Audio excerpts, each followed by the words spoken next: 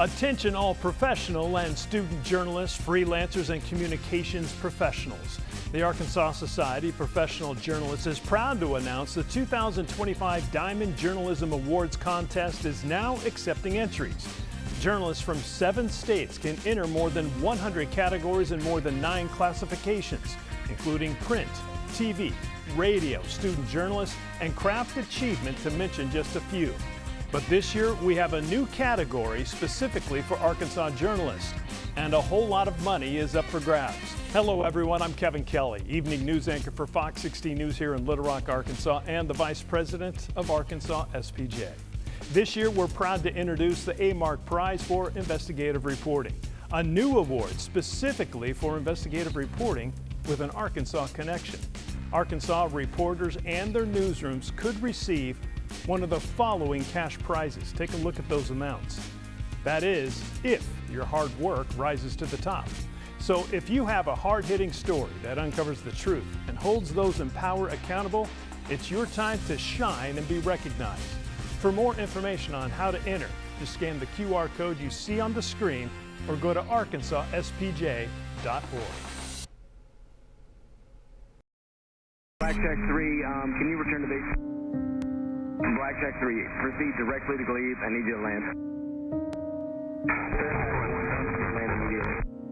I speak for all of us when I say, and certainly all Washingtonians, how very sad we are. But energy source at about 2,000 feet on our 3 o'clock, about 500 feet up in the air. It looks like there was blaze or something. It's a tragedy, a horrible loss of life for those 64 souls on that civilian airliner, and of course, the 3 soldiers in that Black Hawk. Hold your positions, please, on the field right now. Both the helicopter and the plane crashed in the river. All runways are closed. Nobody's landing. No one's moving at all. I just saw a fireball, and then it was just gone. Our mission is to understand not just what happened, but why it happened, and to recommend changes to prevent it from happening again. At this time, our community needs to come together to support the family members who have been impacted, to come together in honor of those individuals on that flight. For nearly 30 years, the disappearance of a 6-year-old girl from a small-town Little League game has captured the nation's attention. We're going to survive this. She is somewhere. If someone knows the truth, that they will call us and that we will be able to bring her home. It's a story of a tight-knit community, of chasing fireflies on a hot summer night. And I remember us playing together and being up on we were a hill behind everybody. Of heartbreak and false hope. Today, that story gets a new chapter, a major development in the 29-year-old cold case that finally names a suspect. The physical evidence collected from the truck that Lynx owned when Morgan was abducted strongly indicates that Morgan had been in this truck. And gives investigators hope that one day that missing girl will find justice. Coming up today at 4 o'clock, the vital piece of evidence that was revealed just days ago and where the investigation stands into the disappearance of Morgan Nick. Right now we're at our military working dog section. We're specifically inside of our obedience yard where we have our obstacle course. We've been open for about 5 years now. We house about 6 dogs. So she's going to show us what we call our controlled aggression, or we also call our 6 phases. So there's different phases of if we are interacting with a person or a subject, and how our military working dogs are trained to handle those situations and how they respond to different incidents that might occur while they're interacting with someone. So we do a lot of training with gunfire training, and we do different things like jumping over hurdles and jumping through windows and going upstairs and putting our dogs in uncomfortable situations that they might have to face. But we also do Secret Service missions where we support the president and a lot of higher individuals and maintain their security and their safety.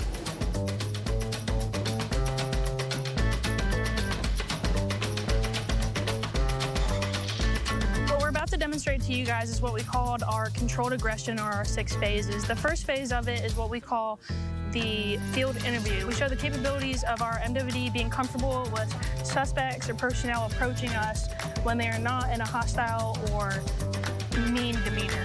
So this is how we get information from the personnel, get their ID, get contact for our law enforcement desk to get information that they might need. The next phase is what we call our pursuit and attack. In the instance of a person being non-compliant or they're a danger and they're not listening to our commands, if a person decides to take off, our military working dogs are going to catch them. You can't outrun these guys. Sir, I need you to come back over here.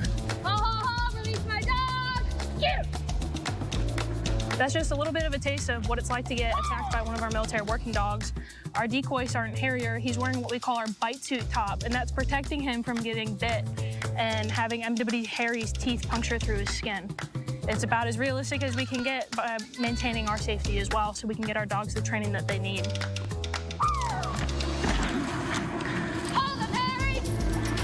Good job. The obstacle course trains the dogs and puts them in situations that's uncomfortable for realistic scenarios that they might encounter. So when they're jumping over hurdles, we're teaching them to jump over obstacles. When they're going through windows, that could simulate if we need to release our dog into a vehicle when a suspect is refusing to come out. When we go over stairs, that's giving the MWDs comfortable with being above us. And then lastly, our tunnels makes them comfortable with being in tight, confined spaces. Yes. Their songs are known around the world, with lyrics as captivating as their dance moves and a beat that will take you on a journey.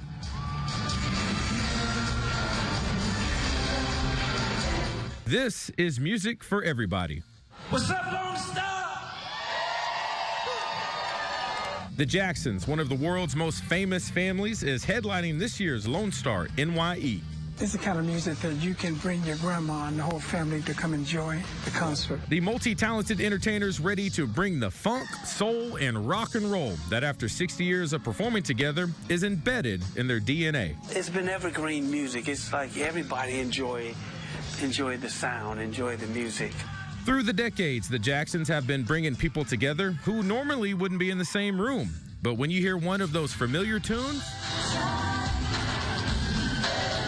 the social boundaries that separate us fade away and the music takes over. Music is universal like fashion. It's very powerful. And in the age of influencers, these guys still reign supreme. It's special, you know, it's a special feeling. With no sign of going out of style anytime soon. I would go somewhere and you guys are the reason why me and my wife are together. Really? Yeah, I'll be there. That was our song. That was our wedding song.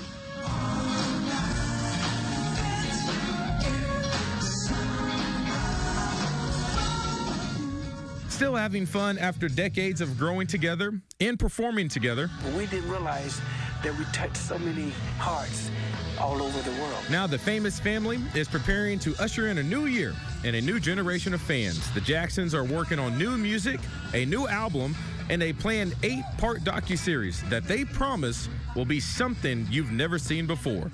His personal side all they of his see life. is music and videos and us performing. But they're going to know a lot about our personal life and what we do when we're not on the stage.